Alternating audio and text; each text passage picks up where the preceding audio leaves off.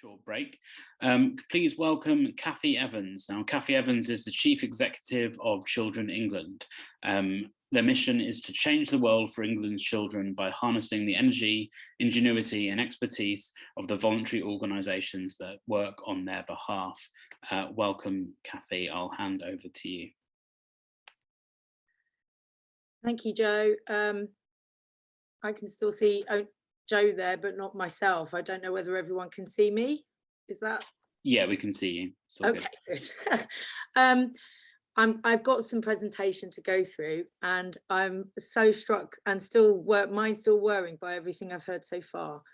I wanted to start, before I start showing you the presentation, by particularly connecting with Cormac's amazing talk and share what I've been thinking about since then, because I had a brilliant childhood. It wasn't traumatic, but I actually was traumatized by the care system as a young volunteer, community volunteer, who got involved with a children's home, a brilliant children's charity.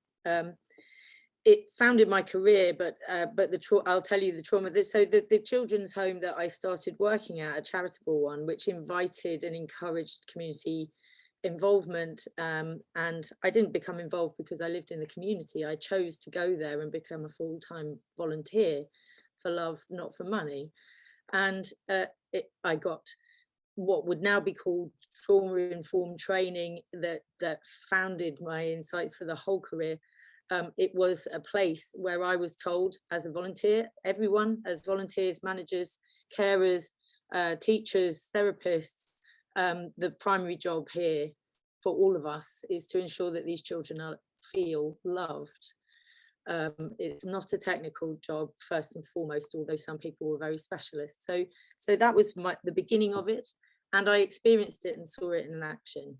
And while I was there, I went from being a volunteer to becoming a professional there, and then moved. I wanted to go and work to bring love and care and professionalism to children in secure accommodation, sentenced to it. So I had to leave.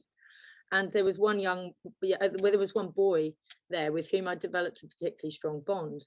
And as a care home that valued loving relationships and chosen relationships, not just professional ones, we agreed to basically call myself his aunt for long after I'd left. We called it a chosen aunt or a special aunt, but I started to view him as my nephew. I would keep in touch by phone, go to take him out for the weekend and spoil him rotten and feed him sweets, go to the cinema, what extended family does for many other young people. But we weren't family, and he had no other family alive. So that was an incredibly important relationship for me. It had actually been the one that set my ambitions. And a year and a half after I'd left and had been in that relationship with him that the home supported, I got a call. He'd been kicked out. Nobody knew could tell me where he'd gone. At the age of 11, that relationship, or my chosen nephew and his chosen aunt, we were completely lost to each other. And the system that rightly wanted to protect his anonymity, his location, his care journey, because there was no recognition of the significance of our relationship, meant that I could never find him again. And I was bereaved of him, and he was bereaved of me by the system that was meant to care for him. It took me 25 years to find him, and he's okay. But I had to grieve him as if I'd never see him again, when I cared and I loved. And so I stayed working in secure accommodation for years, and saw many other children for whom all sorts of parts of the system had done things to them that were preventable, but were damaging and traumatizing. So I went into the systems change job and the policy change job that Cormac was saying is one of the ways in which we have to try and handle or improve things.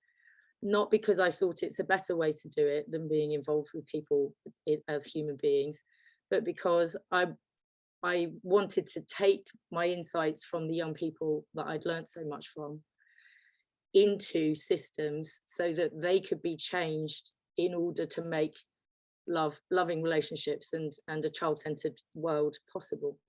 So I am going to present you a lot about policy and systems change, but throughout my policy career, my view has been, my kind of litmus test has always been, for a new policy announcement that comes out, it's always been the children and young people that I knew in the system. And Katrina referred recently to the Child First State work. I'm going to start with that because that's been about us bringing children and young people with all kinds of lived experience, not just of the care system, but of the NHS, of benefit system, housing, with visible and invisible disabilities, from or not from this country, from rural areas. We knew that experience gives them everything they need to know about how our public systems do and don't work, because they've lived it.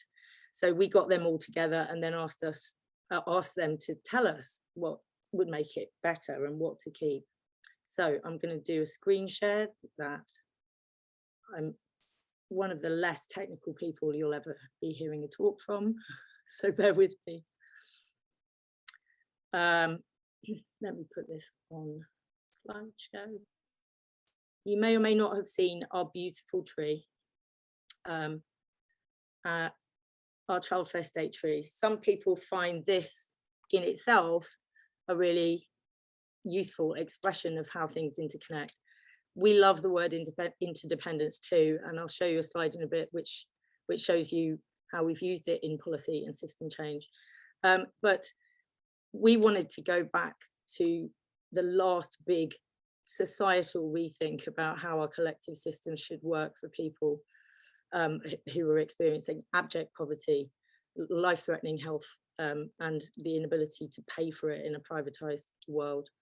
So we went back to a couple of things. We went back to Beveridge, but we also went back to Maslow. So in our tree, this is our representation of a society that has children at heart, which we think that would be better for everyone. Everything is rooted in a hopefully, but not currently, sustainable economy and environment, and in a root and branch commitment to human rights and participative democracy. Once that emerges, what the universal human experience in the tree trunk, our universal human needs are for home, safety and security, love and belonging, health, and a sense of purpose. And we have a system which pathologizes anyone who needs things as a human being, as if other people meet our own needs. And that's not true of any of us. We all need each other. And the core of healthy child development, healthy personal development, and being able to pursue your best purpose and your ambitions in life are the same. And the NHS, public housing, universal school entitlement, and a proper benefit safety net in their original design were based on that kind of understanding that this is important to everyone. So if you ever risk being without them, the system needs to make sure that it's there for you. And we added a central one, which was neighbourhoods, because we dared to suggest that that was lacking from the welfare state design, not in practice, but in its kind of recognition, particularly for children. Children's lives are hyper-local, not just a local authority level.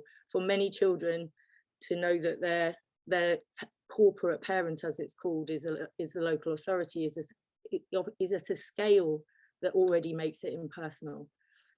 Children live their lives in their neighborhoods, they build their friendships and their networks, and they play and they experience whether the streets are safe or not, whether they enjoy themselves or not at neighborhood level.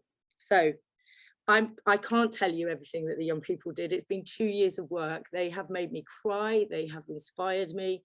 and they have gone to all sorts of places that Cormac also referred to: universal basic income, tax reform, all sorts of things, but on the basis of wanting this for everyone. I'm not going to go through that one, but you can see what I'm saying there. I wanted to share. It's not moving. Sorry, my computer is extremely slow.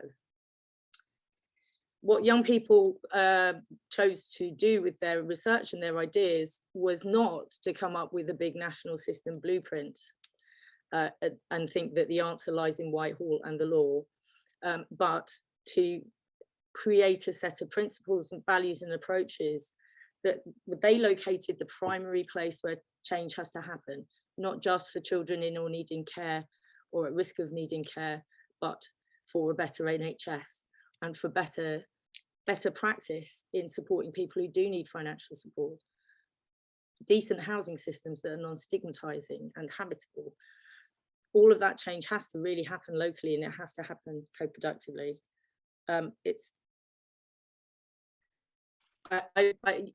was a question in the Q&A about sharing slides. I will definitely share mine, but I'm not going to risk going back to the values and approaches.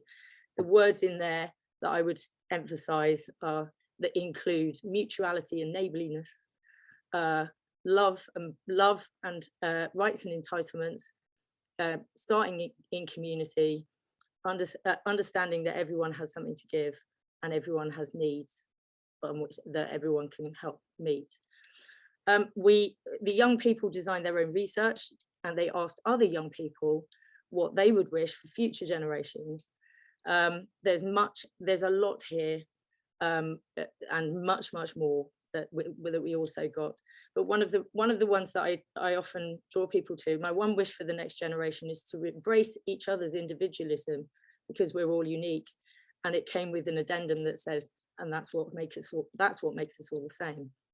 So needing to understand each person as a unique person with universal human needs, but the meeting of which will have to be individual to them, leads to a need to rethink the dominant ways in which we've been trying to organize the meeting of need over the last 30 years.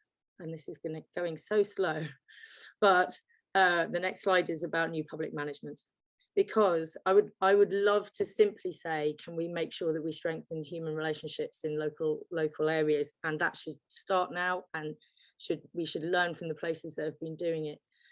But every bit of being able to do that bumps up against a dominant paradigm that says everything of value is traded in a marketplace. And if these services are of value, they must have a price, they must be commissioned, and we should be looking at getting the best ones by trading in them. And even people who don't believe in this for a moment have to play that game. I gave a talk to independent visitors for children in care. They are, to me, effectively what I was doing for that boy. They are volunteers who offer a friendship to a young person in the system, not as part of the system, but recognizing their need for humanity and friendship from somebody outside of the system. But in order to be able to organize and offer those independent visiting and befriending services, they've all been commissioned. They've been given targets and KPIs, and the system wants to determine what the outcome of those friendships should be. And so it's nearly impossible to place love, belonging, humanity, and care at the heart of the relationships that children and families need, if we are putting the very possibility of having those relationships or investing in them out to market. I'm going to stop sharing because here we go. Many of you will know this more, just as well as I, but if you recognize any of these terms in the way that current public policy systems, locally and nationally, and also the finance systems work, none of this refers to a human being. And yet it's how we fund the services that human beings need and have rights and entitlements to. So Children England, in addition to doing the childfare state work and being led by young people, and we're still asking them to tell us what we do next with all of this. We've done quite a bit on trying to rethink the finance and funding systems for care, and the commissioning system. All of it is based, firstly, so we have a Children Act funding formula solution that is about redistributing our taxes back out to communities to meet the duties that are already in law and are already perfectly sound. And many people don't believe that that's not how funding works at the moment, but it is literally detached from any sense of the level of need and how to meet our legal duties. We also have a care bank idea, which is about trying to get the marketplace and the price of different care options completely out of the practice relationship and the decisions about where a child wants to live. If they want to live with their relative, and that requires a lot of support to their family, we need to find a way to get the money straight to the family and not put it through another, sort of review paper, a national strategy, put it through a council that doesn't have enough money. So we have a care bank idea for that. I'm going to stop sharing because this is not doing anything. It's not moving quick enough for me to make sure that I wind up. And so We've got about 2 minutes left, Kathy, I'm sorry. That's amazing. I usually overtalk massively. So how can I round up without my final papers, my final presentation bits? The other thing I will mention that we're involved in, but it's not a Children England initiative particularly, is creating the antidote to new public management. If new public management is markets, managerialism and measurement with no human beings involved, then we wanted to come up with, if that's what we have to move away from, we need the positive statements of what we need to move towards. So I'm part of the Human Learning Systems Collaborative, and there are places all around the country and several around the world who are trying to put this into practice. It's because it's about co-producing with the people who have rights and entitlements and needs to be met, and because it's about working out from them and through their neighbourhood and co-production and continual learning. It's not about getting someone to pass a Human Learning Systems Act and implement it. It works the other way around, from the neighbourhood, from the person, the family and the neighbourhood upwards. But it is essentially the opposite. So instead of talking about markers, let's be human. Instead of talking about monitoring and measurement, let's talk about continually listening and learning. And let's understand that every single one of us is part of a system. Systems condition our lives, our family. The system bereaved me of a chosen nephew, and it bereaved him of an aunt that I later discovered wanted to introduce his children to, but and wasn't able to. So if we're all part of systems, then it's everyone's job to steward them and to think about our agency in them, to reshape systems to work for people rather than control and constrain people, and particularly children, and particularly traumatized children and families. Systems have to work for them, and we make systems, so we can make them work better than we do today. Thank you very much, Kathy. I think